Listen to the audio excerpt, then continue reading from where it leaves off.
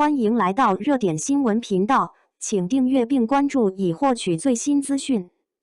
丁禹兮为演颜肖赵灵暴瘦15斤缩脖子细节被赞封神。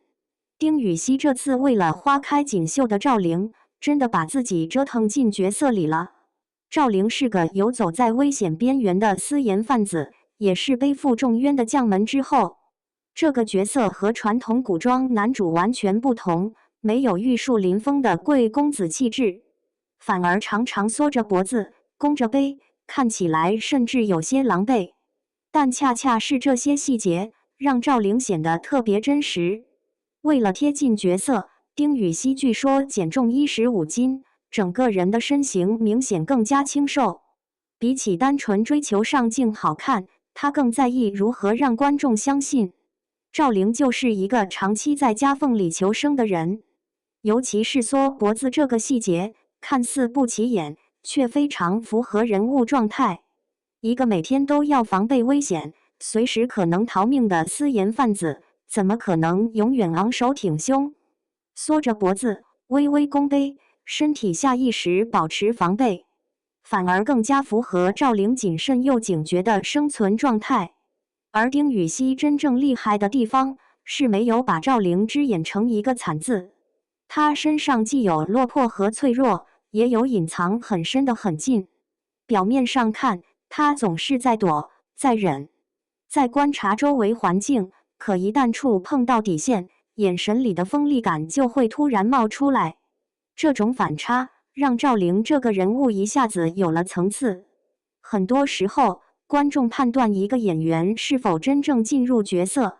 并不是看他有没有说出多么精彩的台词，而是看一些下意识的小动作。一个缩脖子，一个回头，一个警惕的眼神，甚至一个疲惫的站姿，都能说明这个人物到底经历过什么。丁禹兮这次显然抓住了这一点。从传闻中的陈芊芊到月光变奏曲，再到如今的赵灵，他一直在尝试不同类型的角色。而赵灵最大的挑战，就是必须放下传统古装男主的帅，甚至可以说，他越是不体面，这个角色反而越有说服力。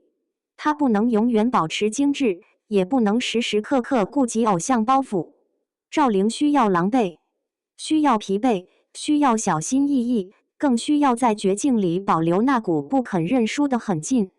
所以这次丁禹兮的减重和体态变化，真正值得关注的并不是瘦了多少斤，而是他愿意为了人物改变自己的状态。一个演员如果只是穿上角色的服装，那只能算完成了外形塑造。